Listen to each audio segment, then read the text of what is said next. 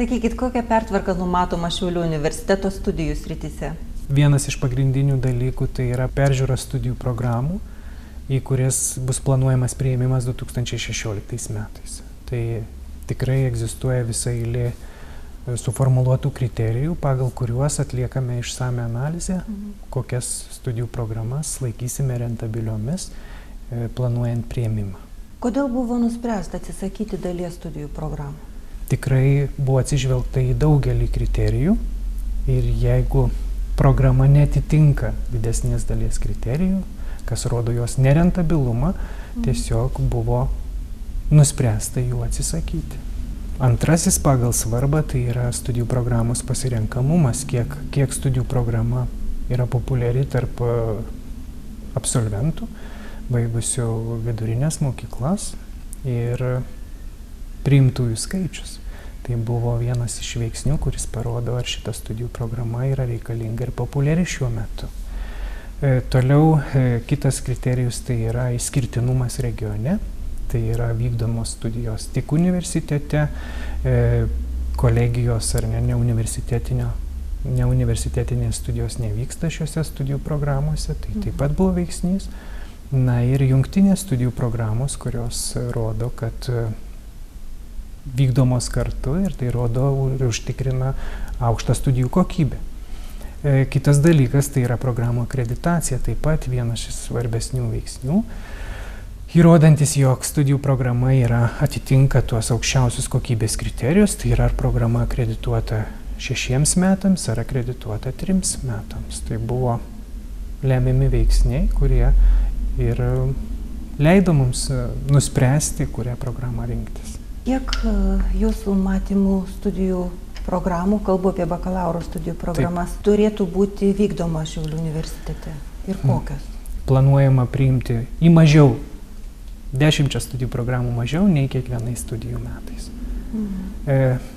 Kita vertus ir vyksta darbai ir tikrai rengiame naujas studijų programas, kurios aptariamos kartu su darbo rinkos atstovais, diskutuojame su ministerijos atstovais, tiesiog įvertindami šiuolaikinį poreikį, kokių specialistų reikia parengti. Kurias studijų programas bakalauro siūlysime stojantiesiems 16 metais? Kaip ir visada, vienos iš populiariausių bus socialinių mokslų studijų programos, todėl ten turbūt didžiausias bus jų skaičius, tai yra ir populiarioji mūsų kūno kultūra, specialioji pedagogika, viešasis administravimas, tai tos programos ir išliks priėmime. Be abejo, reikia pergalvoti menų studijų krypties studijų programas, humanitarinių mokslų, kur tendencingai matome, jog jeigu priėmimas vyksta į 2 studijų programas toje pačioje kryptyje, viena iš jų, kaip bebūtų liūdna, yra nepopuliari, todėl vienas iš tokių pamastymų, kad tikrai vertėtų atsisakyti vienos iš tos studijų programos, pasirenkant vieną iš populiaresnių arba tą, kurie atitinka daugiau kriterijų priėmimo. Kadangi vakar pasirašėme memorandumą dėl stojimo į aukštųjų mokyklų klasterį, noriu paklausti, gal jau žinoma ir kurias studijų programas siūlysime vykdyti bendrai su klasterio partneriais?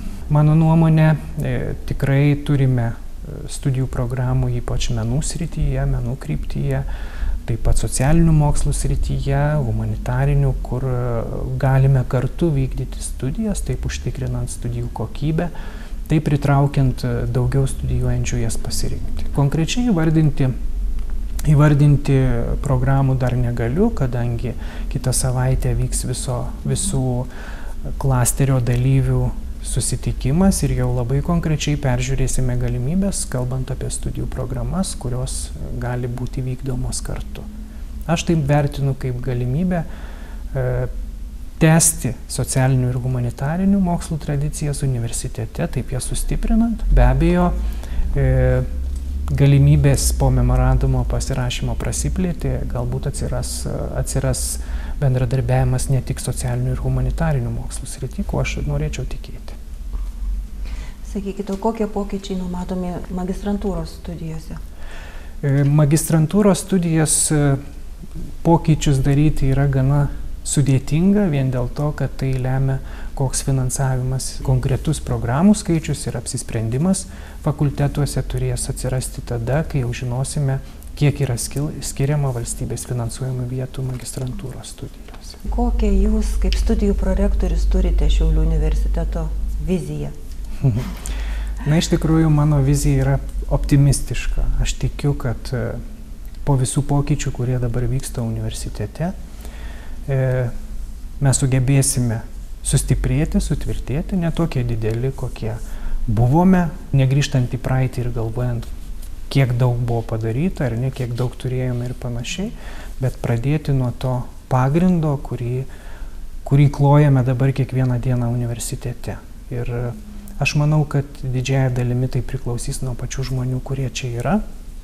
Aš jais tikiu ir tiesiog manau, kad tik tai reikia daugiau optimizmo, idėjų ir universitetas bus stiprus, nedidelis, atitinkantis regiono poreikius, siūlantis galbūt perpus programų, kiek dabar jisai siūlo, bet užtikrinantis studentų, studijuojančių skaičių ir populiarus regione universitetas.